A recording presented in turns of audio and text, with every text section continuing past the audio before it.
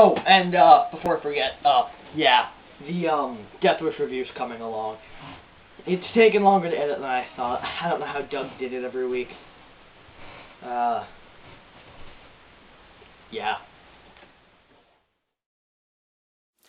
Hello and welcome to the Literary Lair. After the Red Dwarf saga, I'm a little hesitant to pick up another series, and believe me, I have a good schedule planned, but I kind of just want to relax with a good movie. So I'm just gonna go check Netflix and see what we got.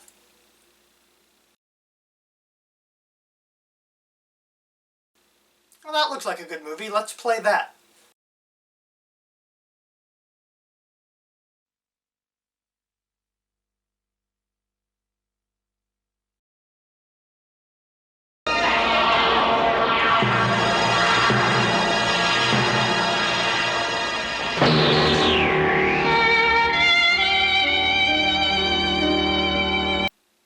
Holy hell! That movie was... I don't even have words for how amazing that was. Give me a minute. That movie was an amazing and breathtaking display of cinema. Actually, it was Death Wish, a movie starring the late great Charles Bronson, made in 1974 and was actually based very loosely on a book series. And I want to repeat, very loosely. Basically, what that means is that I can look at it and still call the show The Literary Lair. It counts, damn it! Anyway, without further ado, let's look at Death Wish. What the hell was that? I never finished this review. It's been almost 3 years, and this is the only remaining shot left from it. It is the one review that I started and never finished. Why did you scrap it? I just didn't have the skill to edit a movie review. I mean, now it's a piece of cake, but back then I could barely edit the regular book reviews. You could always redo the review. I'm sure it would be a million times better now. Yeah, but I haven't even seen the movie since I was editing that. Then watch the movie again. You're just making excuses. I mean, you seemed pretty enthusiastic about it back then. I was super excited about it, because I saw the movie in school, and I wanted to talk about it, and when I found out that it was based on a book, I figured that that was my shot, since my show is all about books. The script was crap, and I'll probably have to start from scratch to review it. But you know what? I will review it. I promised to review it 3 years ago, and I always keep my promises. Hello and welcome to the Literary Lair. Death Wish is a movie that I wanted to review 3 years ago, and I never did. It was even on my top 9 missed opportunities video as the #1 spot. And I think that it's fitting that before we get to the 100th episode, we finally look at something that I wanted to look at during the first 15 episodes. But before we begin, I want to take a minute to address something that I wouldn't have addressed in the original video had I made it 3 years ago. Death Wish is rated R, and contains graphic scenes involving rape and murder. If you find either of those uncomfortable, skip this episode. I'm not going to show the super graphic stuff, and I guess you'll probably know your limits better than I do, so watch at your own risk, but you have been warned. Anyway, let's get to the review.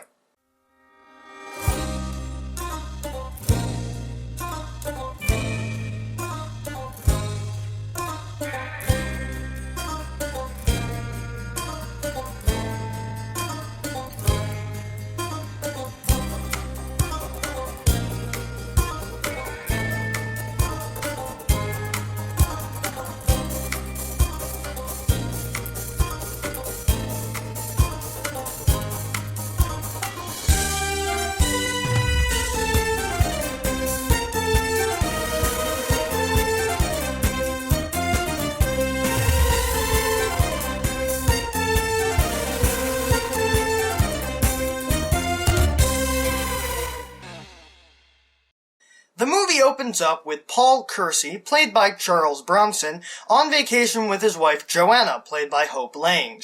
They enjoy their vacation and return home to the wretched hive of scum and villainy that was New York in the 1970s. Quick history lesson for those who aren't familiar.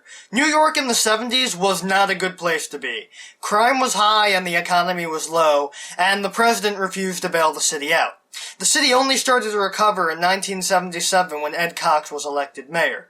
But this movie takes place in 1974, so it's still kind of a crap hole. Anyway, after they get home, Paul goes back to his job as an architect, and his wife goes grocery shopping with their daughter Carol, played by Kathleen Tolan. At the store, 3 freaks, as the credits call them, are causing trouble, and you eagle-eyed viewers will recognize one of the freaks as none other than Jeff Goldblum. And if IMDb is to be believed, this was his first film role. Cool, right? Even more eagle-eyed viewers may recognize the grocery store clerk as Sonia Manzano, who played Maria on Sesame Street. That's also pretty cool. The freaks find out Joanna's address from a box of groceries that is being delivered by the store and follow the 2 women to their apartment. And then they rape Carol and kill Joanna. Paul is understandably angry about the ordeal and goes to the police to ask if they have any leads. But of course they don't, because it's the 70s and rape kits and DNA testing doesn't exist yet, or at least not in the way that we know. Paul's daughter also develops what I can only assume is some sort of PTSD from the experience, as she freaks out when her husband tries to console her. Paul sees a carjacking happen outside his window, and the next day he goes to the bank to get 2 rolls of quarters that he puts into a sock right before his boss comes into his office to offer to send him to Arizona to meet with a client and also get away from the city after the incident. Paul asks if he can wait to give an answer, and his boss obliges. Paul goes to visit Carol and her husband, and they talk about her condition, or rather, Paul and her husband Jack do, as Carol is basically catatonic. A psychiatrist recommends that Jack take Carol to a different environment, and Paul decides that he'll go with them, but the doctor also recommended that they stay away from anyone that could remind Carol of the incident, including Paul. Paul decides that he'll take the trip for work to Arizona, and tells Jack to call him every other day with an update on Carol's condition. On Paul's way home from work, he is accosted by a man who demands money, and Paul socks him in the face, literally with his sock full of quarters, and the man runs off. Really? He runs off after 1 hit? I mean, I'm sure it hurt, but I expected the guy to at least put up a little bit of a fight. Paul is shaken up about it, and he goes home to pour himself a stiff drink before practicing his ninja moves for a little bit.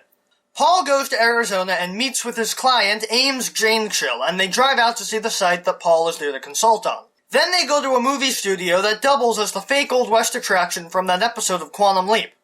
Well, not really, but both of them are in Arizona, so it's possible. It is an actual Old West attraction, though. Paul and Ames watch the Old West show where a bunch of bandits try to rob the bank but are stopped by the town marshal. Paul spends a montage consulting on the building, and Ames offers to take him to a gun club, where we learn that Paul was a conscientious objector during the Korean War, and he served as a combat medic at what I hope was a MASH unit, since I assume with his feelings on guns, he'd get along really good with Hawkeye. I'll carry your books, I'll carry a torch, I'll carry a tune, I'll carry on, carry over, carry forward, carry Grant, cash and carry me back to old Virginia. I'll even Harry carry if you show me how, but I will not carry a gun. Ames offers him a gun to use on a target, and Paul hits the bullseye, telling Ames that his father was a hunter and taught Paul how to use all types of guns, but that he swore off guns after his father was killed in a hunting accident when another hunter mistook him for a deer. Paul finishes consulting and heads back to New York, meeting up with Jack, who tells him that Carol has been sent to the hospital, as her near-catatonic state has worsened and she's retreating into herself as a result. Paul and Jack visit her at the hospital, and Paul tries to hug her, but she just sits there. The doctors wanted to be committed to a mental hospital in Long Island, and Jack laments that Joanna and Carol, along with many others, are... They're statistics on a police blotter.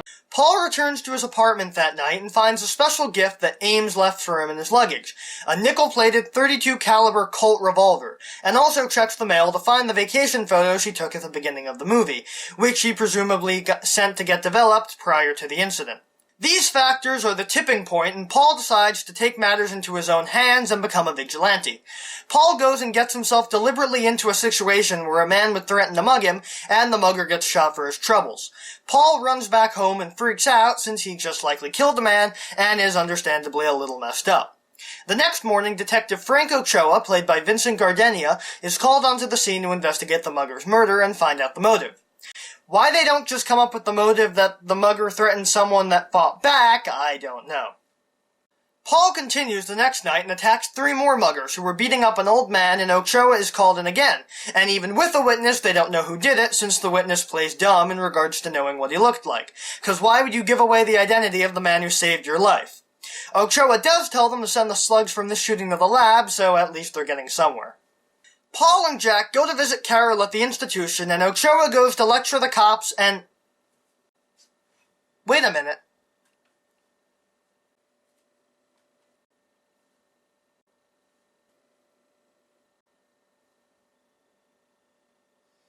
This is awkward for me, too.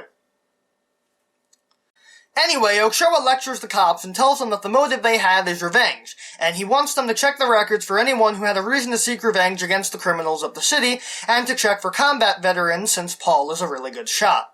And Ochoa knows that it's a pretty impossible feat. By God and Jesus Christ, it's impossible. But until we find a shortcut, we'll at least keep busy. But he wants the media to at least think the investigation is making headway. Paul is attacked by more muggers on a near-empty subway train, and he again shoots to kill. He rushes off the train, and the cops lose him in the crowd. The papers have dubbed Paul the Vigilante, and the various news networks wait for the police commissioner to give a statement. Paul and his colleagues catch the statement while out to dinner, and Paul's colleagues seem to agree with the police. And the reporters at the press conference say that the muggings have lowered since Paul started his crusade, which the police deny. Ochoa gets back to his office and receives a call where someone confesses, but it's not Paul, and it's also the 23rd call he had gotten that day. It seems that Paul left groceries on the train, and Ochoa uses the store he got them from to cross-check the records to find Paul. Meanwhile, Jack goes out to visit Paul, who has a new lease on life and even redecorated his apartment, because he is in control now. It's nice to see him happy for a change, after spending the whole movie pretty down in the dumps. The next night, he goes out to a restaurant and pays for his food by flaunting his wallet that is full of money. This is intentional as it draws out 2 more muggers who follow him to the subway station, where Paul murders them as well after one of them stabs him. One of them escapes and is found by 2 cops who run down to the station to find the other mugger's body, but Paul escapes them by hopping on a departing train. Paul cleans his wound, and Ochoa goes to observe the surgery on the mugger who escaped, but the mugger died because a familiar-looking slug destroyed his liver. Ochoa recognizes it, and Paul watches the news report about his latest vigilante effort, and about how the vigilante has inspired people to fight back against the crime in the city instead of taking it lying down as they had been doing. The police use the grocery receipt to narrow down the list from a pretty large list to 14 people who fit the MO. Ochoa goes to investigate the apartments of their suspects and ends up at Paul's apartment. They observe him and send a guy to follow him while they break into his apartment, which is weird because I thought cops needed a warrant for stuff like that, but whatever. Ochoa finds the bloody rag that Paul used to clean his wound, and sees Paul's collection of vigilante-related newspapers. Ochoa goes to the DA, and the commissioner tells Ochoa that they don't want him arrested, since, as the papers had speculated, muggings did go down exponentially due to the vigilante's efforts. They just want the vigilante to stop what he's doing and not have him be a martyr. We want this man to quit, desist, go away, to stop. Ochoa reluctantly agrees to scare him off and stops at that. Paul gets a late-night call at work from Ochoa, who tells him he's being watched by the police and hangs up. Paul leaves the gun at work and heads home. Ochoa follows him and watches as the police search him, but since the gun isn't there, they don't have anything. Paul goes home, and Ochoa parks out in front of his building, so when Paul goes out again for a midnight stroll, he takes the back exit so Ochoa won't see him leave. Ochoa's partner calls Paul's apartment, and he doesn't get an answer, so Ochoa goes out searching for Paul. Paul, meanwhile, has already headed back to work to retrieve the gun, and Ochoa rushes out trying to catch him, but Paul has already left. Paul returns to the park where the first murder happened, and Paul is confronted by 3 muggers, one of whom is played by Freddie Washington from Welcome Back, Kotter, and of course Paul shoots them, but one escapes and he chases him down. Ochoa's radio calls in a shooting and he goes to the park as Paul tries to find the guy while dealing with an injured leg. Paul threatens the last guy but falls unconscious and the guy runs off. Ochoa goes to the hospital and gives Paul his ultimatum: leave New York permanently and give up his vigilantism. By sundown, Paul gets his office to transfer him to another branch, and the movie ends in the train station in Chicago, where Paul is greeted by a company representative at the Chicago branch, and they watch a woman get accosted by hoodlums, and Paul goes to help the woman. The hoodlums make obscene gestures at Paul, and he points his right hand like a gun and smiles, suggesting that his vigilantism will continue. Which it does in Death Wish 2, 3, 4, and 5. And that was Death Wish. Was it a good movie? Yeah, it was. It's worth a watch just for the action, but the story is good too. The movie was hated upon release since it completely changed the message of the book, which was that being a vigilante is bad, whereas the movie's message is that being a vigilante is good, provided you don't get caught. I think it's an awesome movie, and if you like movies like this, I highly recommend it. Charles Bronson is great in the leading role, and I'd say that this is easily his best role. Anyway, that's all the time we have for today. If you'd like to see more of the Literary Lair, you can hit the subscribe button, and if you have any comments or complaints about the video, you can put those in the comments section below. And if you enjoyed this video, show it to your friends and share it around the internet. And maybe consider supporting the show on Patreon. See you next time.